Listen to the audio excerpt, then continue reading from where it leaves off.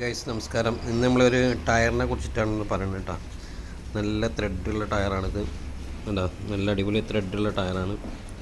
ഇഷ്ടംമാതിരി ഓടാനുള്ള ടയറായിരുന്നു ഇത്. വണ്ടി ഹൈവേയിലൊക്കെ പോകുമ്പോൾ നമ്മൾ സ്ഥിരമായിട്ട് ഓടിക്കുന്ന ആളുകൾക്ക് അറിയാൻ പറ്റും. വണ്ടിയുടെ ടയറിൻ്റെ എയർ കുറയുമ്പോൾ ഓടിക്കുന്ന ആൾക്കാർക്ക് ഒരു വ്യത്യാസം മനസ്സിലാവും. അങ്ങനെ എന്തെങ്കിലും വ്യത്യാസം മനസ്സിലായി കഴിഞ്ഞാൽ പിന്നെ അത് വെച്ച് നിങ്ങൾ ഓടിക്കരുത്. ചില വണ്ടിക്കാർക്കൊക്കെ ബാക്കിലുള്ള വണ്ടിക്കാർ ടയറിൽ എയറില്ല എന്നുള്ള ഇൻഫർമേഷൻ കൊടുക്കാൻ വേണ്ടി ലൈറ്റ് അടിക്കുക, ഹോൺ അടിക്കുക, അങ്ങനെയൊക്കെ വരുമ്പോൾ നമ്മൾ അവരൊന്ന് ശ്രദ്ധിക്കണം. അവരെന്തിനാണ് നമുക്ക് ആ ഹോൺ അടിക്കുന്നത്, ലൈറ്റ് അടിക്കുന്നത് എന്നുള്ളത്. നമ്മളത് മൈൻഡാക്കാതെ പോയാൽ നമുക്ക് നഷ്ടപ്പെടുന്നത് ഇതുപോലത്തെ ടയറുകളും നമ്മുടെ ജീവനുകളൊക്കെയാണ്. അപ്പോൾ അതിനെക്കൊണ്ട് നിങ്ങൾ ശ്രദ്ധിക്കേണ്ട 1-2 പോയിൻറ്റുകളാണ് ഞാൻ പറയുന്നത്. നമുക്കിതുപോലെ ടയറിൽ എയർ കുറഞ്ഞ് കണ്ടു കഴിഞ്ഞാൽ നിങ്ങളെ ഏറ്റവും അടുത്തുള്ള ഒരു പമ്പ് കണ്ടെത്തിയിട്ട് അതിൽ നിന്ന് എയർ അടിച്ചിട്ട് വേണം പിന്നീട് വണ്ടി ഓടിക്കാൻ. അല്ലാത്ത പക്ഷം ടയർ ഉടയാനും ടയർ പൊട്ടി വഴി നിൽക്കാനൊക്കെ സാധ്യതയുണ്ട്.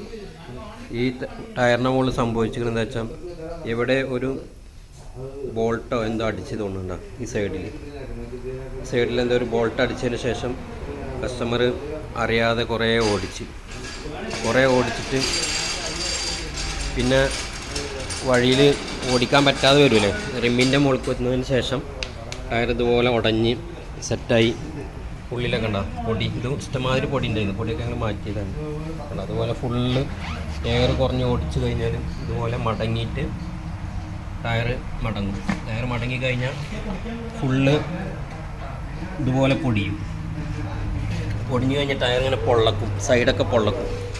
അപ്പോൾ ഇങ്ങനെയുള്ള പ്രശ്നങ്ങളൊക്കെ വരാതിരിക്കാനാണ് നിങ്ങൾ ചെയ്യേണ്ടത്. ഇതുപോലെ വല്ല എയർ കുറഞ്ഞ സമയത്തൊക്കെ ഒന്നുകിൽ നിങ്ങളുടെ അടുത്തുള്ള പമ്പിൽ നിന്ന് എയർ അടിക്കുക, അല്ലെങ്കിൽ നിങ്ങളുടെ കയ്യിൽ ഒരു സൈക്കിൾ പമ്പെങ്കിലും കരുതുക. അതും അല്ലെങ്കിൽ ഇപ്പോൾ ഇലക്ട്രോണിക് ഒരു മോട്ടർ വരുന്നുണ്ട്, ഞാൻ നമ്മുടെ ചാനൽ തന്നെ ഇട്ടിട്ടുണ്ട്. അതൊന്ന് വാങ്ങി വെക്കുകയാണെന്നുണ്ടെങ്കിൽ ഏതിലാണ് എയർ കുറവെച്ചെങ്കിൽ അതിലൊന്ന് കണക്ട് ചെയ്തിട്ട് കുറച്ച് എയർ അടിക്കുക. എന്നിട്ട് നിങ്ങൾ ലക്ഷ്യസ്ഥാനത്ത് എത്തിയതിന് ശേഷം അടുത്തുള്ള പഞ്ചർ കടയിൽ പോയിട്ട് എന്തുകൊണ്ടാണ് എയർ കുറയുന്നത് കണ്ടുപിടിക്കുക. അതിനുള്ള മാർഗ്ഗങ്ങൾ കാണുക. അല്ലാന്നുണ്ടെങ്കിൽ ഒരു നല്ല ടയറുകൾ നഷ്ടമാവും, നമ്മുടെ യാത്രകൾ മുടങ്ങും. നമ്മൾ ഒരു സ്പെയർ പോലും അഴിച്ചിടാൻ ചിലപ്പോൾ നിങ്ങൾക്ക് പറ്റിയെന്ന് വരില്ല. കാരണം നിങ്ങൾ എക്സിക്യൂട്ടീവായിട്ട് പോയിക്കൊണ്ടിരിക്കുമ്പോൾ ഒരു ടയർ അഴിക്കുക എന്ന് പറഞ്ഞാൽ നിങ്ങൾക്ക് ടാസ്ക്കാണ്.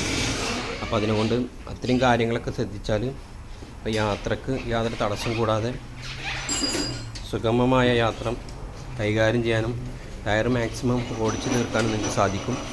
അപ്പോൾ ഈ ഇൻഫർമേഷൻ വാഹനവുമായി ബന്ധപ്പെട്ട സുഹൃത്തുക്കളിലേക്കൊക്കെ ഒന്ന് ഷെയർ ചെയ്ത് കൊടുക്കുക. ഈ ചാനൽ നിങ്ങൾക്ക് ഇഷ്ടപ്പെട്ടാൽ ഒന്ന് ലൈക്ക് ചെയ്യാനും സബ്സ്ക്രൈബ് ചെയ്യാനും സപ്പോർട്ട് ചെയ്യാനും ഒക്കെ മറക്കാതിരിക്കുക. ഇൻഷാ അല്ലാഹ് നെക്സ്റ്റ് വീഡിയോ ആയിട്ട് വീണ്ടും കാണാം. Okay, thanks all.